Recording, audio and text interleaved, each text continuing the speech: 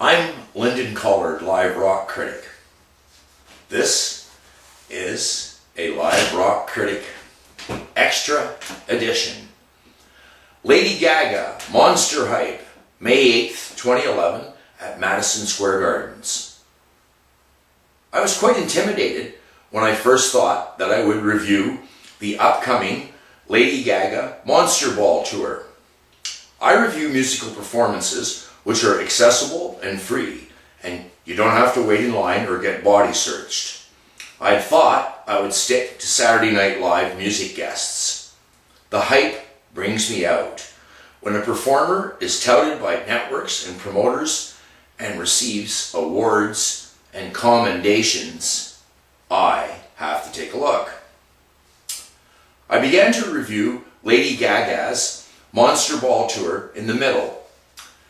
The digital video recorder was operating and I started watching just about where some shelving stocking machinery lifted the lady and some sort of stand-up bass with two electronic devices fastened to it. And if I remember correctly, Lady had a pervert overcoat on, which is an obscuring enveloping garment, and Gaga does throw the garment off, exposing herself, and even plays with herself or vogues the act of masturbation. More Michael Jackson channeling with shamelessly imitative of thriller choreography and costuming. The dancers are militantly homoerotic. I'm drawn to remember the videos of the young girl from Winnipeg, Manitoba, who due to her YouTube fame had a duet with Canada's singing Prime Minister, Stephen Harper, one of my all-time favorite video subjects.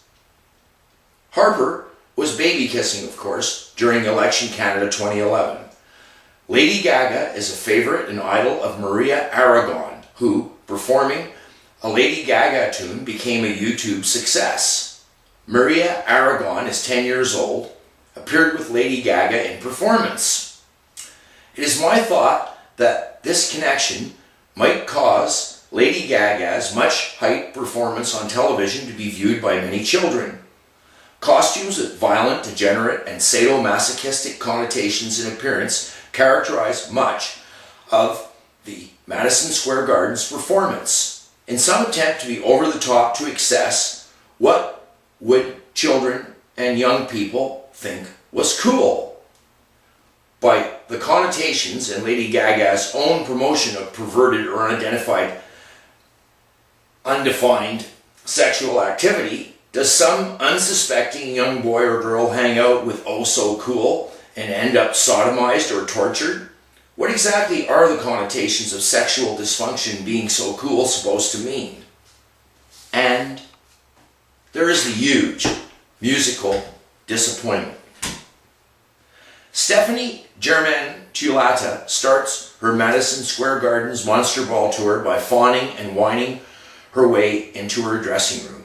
A huge proportion of the 2 hours is taken up by video of Stephanie changing costumes and talking absolute nonsense and self-aggrandizing, "Look at me, I succeeded." I think that all of that blather was just a waste of time, and I finally found something which is done on stage that I despise even more than rap. If Stephanie had any eroticism attached to her, when that gross homosexual stood over her and she did her "he likes girls, he likes boys" crap, she began to become repulsive, and I began to notice fat rolls at hip and panty line. All the marching around the stage, I think that was old a quarter of a century ago. Stephanie's voice, it's good, it is on key. Thank God for small mercies. She can play the piano. I'm not really a piano expert. The fingering seemed a bit simple to me. The keyboards, which Stephanie played, sucked and the crowd went wild. I really can't believe how undiscerning people have become. Folks, you are not cheering at athletic events. Save your cheers, whistling, and stomping for exceptional performance. If you close your eyes, Stephanie does not sound much different from those stereotypical female TV vocals which haunt the memories of my childhood. Schmaltz simply sucks, no matter how you drape or costume yourself. One last comment before I get on to the music. What is the red smearing on Stephanie's body supposed to mean? Something for the children again? The music. I have this same old song over and over impression. Homogeneous, meaningless glam rock was shocking or interesting at first, but I think that this hogwash is as dated as marching around the stage. There are numerous musicians which purports a wall of sound, but it's a bit like a bunch of cars with really good stereos all turned up loud in a traffic jam. It's noisy, it's active, it's bouncy and frenetic, and continually promises to take us somewhere fabulous, but it never does. I often spend quite a bit of time finding out everybody's name, but I'm not going to bother. The guitar player with no shirt on and 2 studded belts and the skinny pants. Is he really any good? He does a couple of short, flashy solos, which are hyped as if they were magnificent, but they're not. The bass player makes some cool sounds, but over what, I ask myself. Lady Stephanie GAGA does sing and play the piano very well. The other 90% of the time on stage in the dressing room is filled with mostly tasteless posturing and endless overextended voguing. The costumes have little relation to the music except in the fantasy sequence where Stephanie wears an animated costume, and that is actually what the whole thing is about. All through the performance I kept observing that yes, these people were playing and dancing, but some overall style or sense of performance was missing.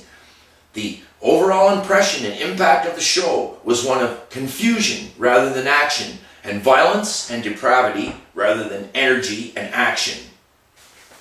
Stephanie tries to establish street creds with her arrival in an old jean jacket with 2 inches of roots showing below her beehive.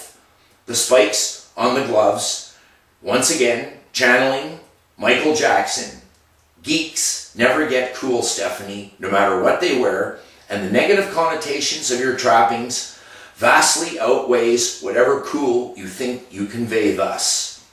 The punks and the queers are really cool, Steph, in a very tiny world which is part of a huge city.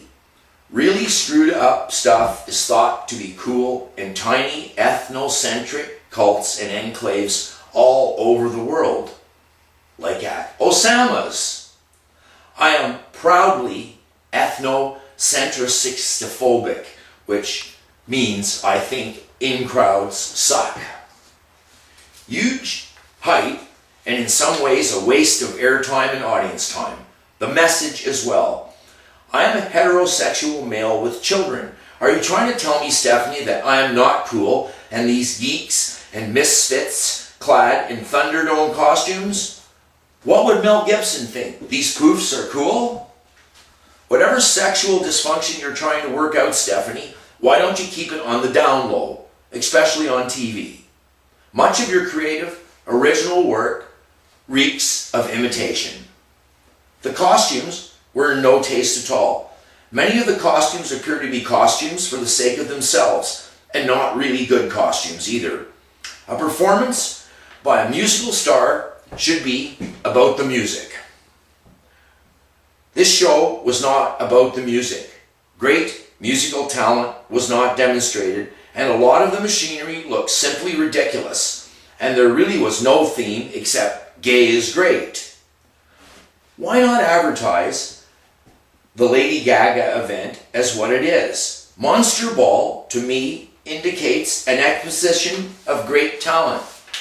How about, more accurately, Stephanie sings the same song over and over in a great gay blowout? I'm sure that millions of people would have tuned in. I am tuned out. Goodbye.